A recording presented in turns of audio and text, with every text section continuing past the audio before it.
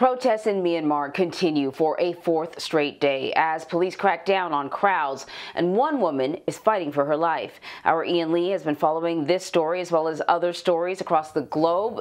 Ian, you're joining us from London. What's the latest? What's going on? Good morning, Anne-Marie. There is a lot of uncertainty around the future of Myanmar, but for the present, the people still aren't accepting last week's military coup. Tens of thousands continue to take to the streets across the country to protest the overthrow of the democratically elected government. They're being met with tear gas, rubber bullets, and water cannons. One woman is fighting for her life after allegedly being shot in the head during those protests. And there are also reports that the police are increasingly using more force against these protesters who are defying bans on large protests and a night curfew.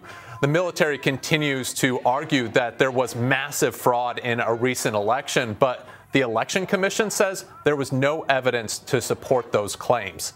Next, we have a global report from Facebook. The tech giant detected and removed 2 networks last month engaged in campaigns to spread misinformation with the goal of manipulating public debate. One of the campaigns was based in Uganda. It had 220 accounts with dozens of groups and pages. Facebook says they shared content in support of the president and ruling party. The other campaign, based in Belgium, the UAE, and Gaza Strip, targeted Palestinians. They relied on fake accounts to amplify their own content and pages by posing as think tanks and news outlets in Israel and the United Kingdom.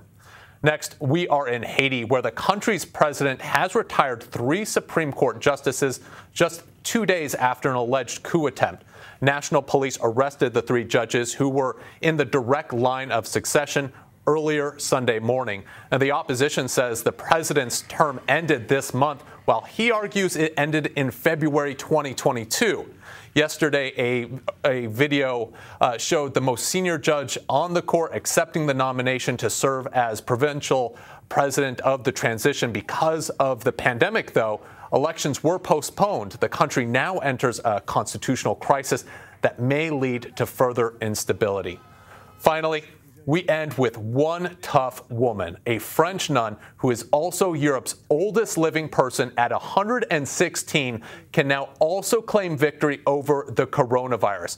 Lucille Randon didn't even develop symptoms, telling local media that she didn't realize she had the virus. Randon also said she wasn't afraid to die and that she looks forward to reuniting with her big brother and grandparents. Her only concern, according to her retirement home, was if her meal or bedtime schedule would change. Anne-Marie, her 117th birthday is tomorrow, so a happy early birthday to her.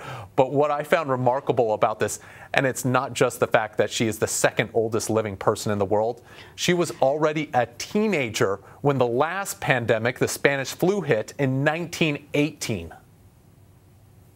Wow, that is amazing. That's sort of living history right there. And I was reading that the place where she stays, I think they have about 88 residents. 81 contracted the coronavirus. Gives you a sense of just how contagious it is, because you know they were probably particularly vigilant there, considering how old the residents were. Certainly a blessing. I'm sure she would agree that it was a blessing since she is a woman of faith. Ian Lee, thank you very much.